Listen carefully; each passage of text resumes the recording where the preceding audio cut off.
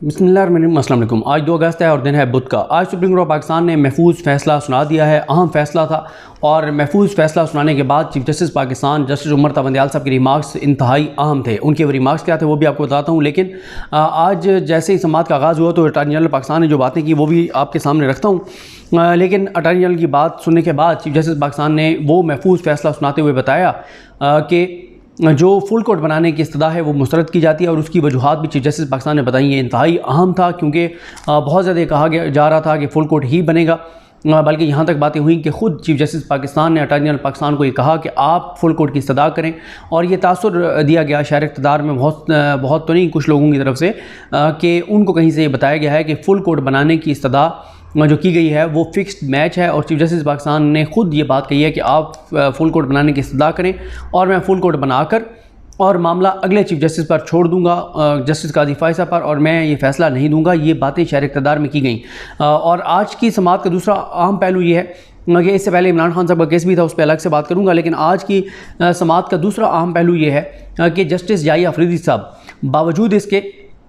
कि full court बनाने की सदा एक बार फिर मुस्तरद हो गई है, पहले भी हुई थी, वो नोट लिख चुके हैं कि फुल कोर्ट बननी चाहिए, लेकिन उसके बावजूद जस्टिस याहिया अफरीदी साहब इस मैच में मौजूद हैं। वो जस्टिस काजी फायसा साहब के नक्शे कदम पर नहीं चल रहे। जैसे काजी फायसा साहब टेक्निकल बुनियादों पर, जस्टिस सरदार तारिक मसूद टेक्निकल बुनियादों पर इस मैच से उठ गए थे और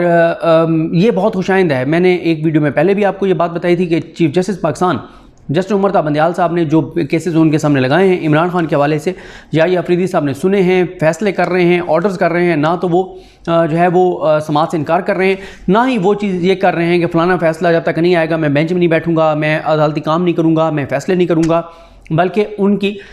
जब वो नोट लिखा है उन्होंने उसमें शायद कुछ सख्त बातें भी लिखी हों, लेकिन चीफ जस्टिस पाकिस्तान के साथ उनकी जो कोऑर्डिनेशन है वो बड़ी इज़्ज़त एहतराम वाली आइडियल है और अपना वो पॉइंट ऑफ व्यू बिल्कुल लिखते भी हैं, कोर्ट में भी बात करते हैं, लेकिन बिल्कुल हमने नहीं देखा कि कोई इस तरह की तलखी। बल्कि चीफ जस्टिस पाकिस्तान अक्सर ये कहते हैं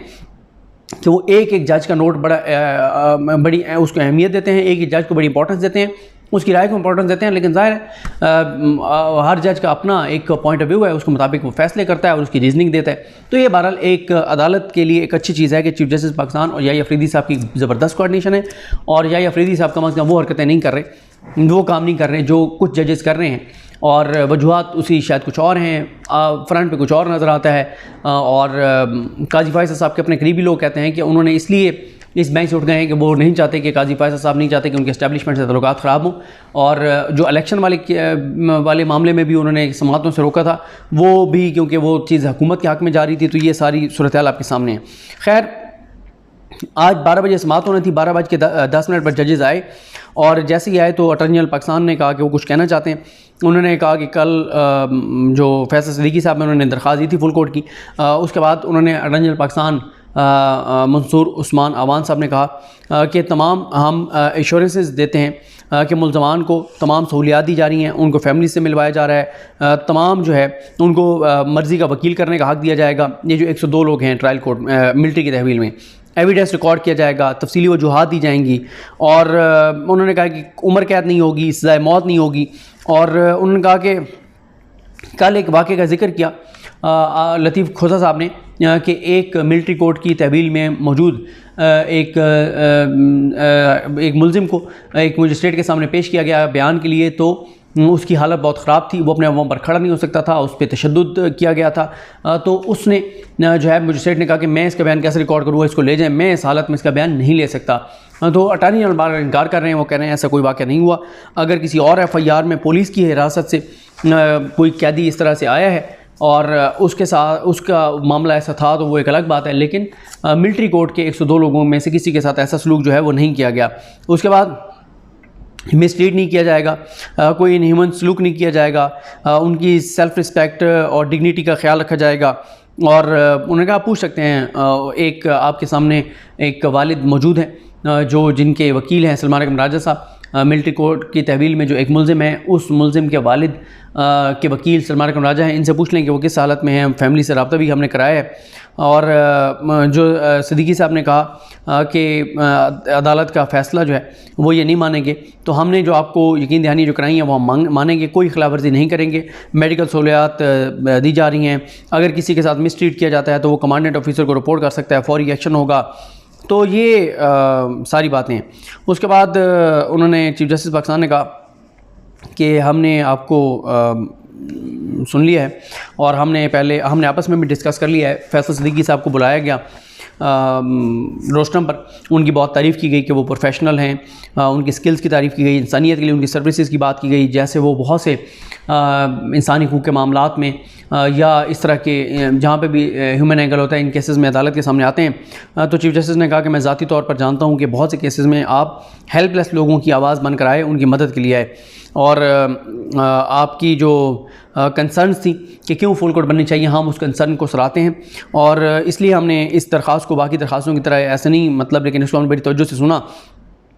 आपका एहतराम भी था, पॉइंट भी बहुत आम थे और हमने 2 मौके पर जो है वो लार्जर बेंच बनाए, यानी 5 और 7 जजेस से बड़ा बेंच बनाया, लेकिन दोनों बार जो है वो केसेस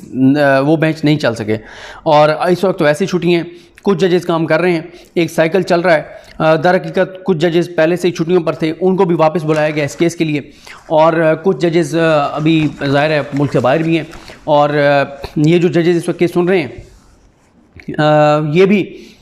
इस केस के फ़ैसले का इंतज़ार कर रहे हैं। फिर उसके बाद इन्होंने भी छुट्टियों पर जाना है, तो इन्होंने मुझे तारीखें दी हुई हैं कि इस तारीख से छुट्टियों पर जाना चाहते हैं, तो टाइम बहुत अहम है और फुल कोर्ट मुयस्सर नहीं है। सितंबर तक फुल कोर्ट नहीं हो सकती क्योंकि सितंबर में सुप्रीम कोर्ट की छुट्टियां ख़त्म हो रही हैं, सितंबर के दूसरे हफ्ते में। और उन्होंने कहा कि इस अदालत का काम, इस अदालत की ड्यूटी है कि वो आइन के तहत काम करे और हम ये नहीं देखते कि कौन क्या कह रहा है, हमें अल्लाह के अलावा किसी की मदद की ज़रूरत नहीं है। और उन्होंने कहा कि कोई तनकीद करता है, कोई हमारे फ़ैसलों को पसंद करता है, नापसंद करता है, हमारा काम आइन और कानून के मुताबिक फ़ैसले करना है, बाकी हम तारीख और अवाम पाकिस्तान पर छोड़ते हैं। ये लोग फ़ैसला करने वाले हैं कि हमारे फ़ैसले दुरुस्त थे या गलत थे, तारीख ने फ़ैसला करना है। और उन्होंने कहा कि हमारा काम जो है वो ये है कि हम केस सुने, समझें और फ़ैसला करें। तो हम इस केस की समाअत जो है वो जारी रखेंगे, हम केस को एडजर्न नहीं कर रहे और फुल कोर्ट की इस्तदा जो है वो मुस्तरद की। और इस तरह से फिर अटार्नी जनरल पाकिस्तान ने उसके बाद दलाइल का आगाज़ कर दिया। अटार्नी जनरल पाकिस्तान ने जो अपने जो भी पॉइंट्स है वो सामने रखे। फिर एक पॉइंट के ऊपर उन्होंने कहा कि वो अदालत को कल बताएंगे। उन्होंने कहा कि GHQ से हमारी बात चल रही है और वो मामला है फुल कोर्ट बनाने के हवाले से, फुल कोर्ट कहता हूँ, अपील देने के हवाले से, क्योंकि जो मिलिट्री कोर्ट के फ़ैसले हैं उनके ऊपर कानून के अंदर अपील का हक़ नहीं है। वो जो अपील का हक़ कानून के अंदर जो है भी वो मिलिट्री के अंदर है, यानी अगर एक कर्नल ने केस सुना है तो उसके बाद फिर वो आगे ब्रिगेडियर्स जो है वो अपील सुन सकते हैं, जो भी उनका वो एक सिस्टम है इंटरनल, क्योंकि वो ओपन कोर्ट नहीं होती, मीडिया ने उसको कवर नहीं किया हुआ, तो इसलिए हम उसको नहीं बता सकते कि इंटरनल सिस्टम क्या होता है। जो अदालत में वकला ने बताया वहीं से को पता चला। फिर ऊपर मेजर जनरल्स हैं वो अपील सुन सकते हैं, लेकिन जैसे हाई कोर्ट्स में, सुप्रीम कोर्ट में, यहाँ अपील का हक़ नहीं है। 2-3 ग्राउंड्स हैं, उनकी बुनियाद पे आप चैलेंज कर सकते हैं, लेकिन उसका दायरा कार जो है वो बहुत महदूद है। जब अपील का हक़ आइन और कानून में के मुताबिक दिया जाता है तो राइट ऑफ अपील होता है, तो उसका दायरा कार वसी होता है। लेकिन जहाँ पे अदालती फ़ैसलों की वजह से 2-3 नुकात की वजह से अपील हो सकती है, तो उसका दायरा कार जो है वो महदूद होता है। सुप्रीम कोर्ट ये कह रही थी कि आप कानून में तरमीम करके आप अपील का हक़ दे दें ताकि पता चले, क्योंकि अदालत के सामने ये बात आई थी कि जो मिलिट्री कोर्ट में ट्रायल होता है वो तो एक तरह से इन कैमरा होता है, ओपन नहीं होता, मीडिया वहाँ पर मौजूद नहीं होता। लेकिन अटॉर्नी जनरल पाकिस्तान मंसूर उस्मान अमान साहब का था कि फैमिली भी वहाँ पे मौजूद हो सकती है, उनके वकला भी हो सकते हैं, मर्ज़ी का वकील भी हो सकता है। और दूसरा ये है कि पहले क्योंकि जब मिलिट्री कोर्ट के फैसले आते हैं तो लिखा हुआ होता है गिल्टी या नॉट गिल्टी, तो लेकिन अब उन्होंने अदालत को यकीन दहानी कराई है कि जो भी फैसला होगा तो उसमें प्रॉपर एविडेंस रिकॉर्ड होगा और तफसीली उस फैसले की वजूहत जो है दी जाएंगी। फिर अदालत ने एक और 2-3 अहम चीज़ें अदालत ने अटॉर्नी जनरल पाकिस्तान के सामने रखी थी कि आप ये बताएं कि अभी तो ट्रायल शुरू नहीं हुआ और आप अभी से कह रहे हैं कि किसी को सज़ाए मौत या उम्र कैद नहीं होगी, तो आप अभी से कैसे डिसाइड करके बता सकते हैं कि अदालत ने अभी केस सुनना शुरू नहीं किया? वो अदालत में केस चलने से पहले आप ये कैसे कह सकते हैं? और दूसरा, अदालत की जानिब से कहा गया था कि आपने जितनी हमारे सामने शदीद उसकी शिद्दत जो रखी मामले की 9 मई की, उस शिद्दत के मुताबिक तो कुछ और भी सेक्शंस लगते हैं, लेकिन आप उन सेक्शंस को अप्लाई नहीं कर रहे। आप एक तरफ हमें ये बताते हैं कि बहुत ही वो संगीन वाक़या था, पाकिस्तान की तारीख़ में वाक़या नहीं हुआ और बाकी नहीं हुआ कि इस तरह से सिविलियंस जाके और मिलिट्री की जो इमारतें हैं वहाँ पर जो है वो इस तरह से अटैक करें। गो के दूसरी साइड जो चेयरमैन तहरीक इंसाफ इमरान खान है वो ये कहते हैं कि जुडिशल कमीशन बने कि कौन लोग थे जो हमारे लोगों को वहाँ लेके जाने वाले थे, किसने ये सारा कुछ कराया। तो एक इसमें कंट्रोवर्सी भी है, इसमें ज़ाहिर है आगे चल के केसेस चलने अदालतों में डिसाइड होनी चीज़ें। तो उसमें अदालत ने कहा कि एक तरफ तो आप हमें कहते हैं कि ये पाकिस्तान की तारीख का बदतरीन वाक़या है और जो कहा जाता है कि पाकिस्तान की तारीख का पाकिस्तान की इस्टेब्लिशमेंट या मिलिट्री समझती है हमारे लिए 9/11 है। दूसरी तरफ आप फिर जो सेक्शन लगा रहे हैं उन सेक्शन के मुताबिक 2 साल मैक्सिमम सज़ा है, 3 साल सज़ा है, जबकि इन्हीं दफ़ात पे अगर ATC में चले तो वहाँ ज़्यादा सख्त सज़ा है, तो फिर मिलिट्री कोर्ट ही क्यों। और इस पे 2 चीज़ों पे अदालत का बहुत कंसर्न है।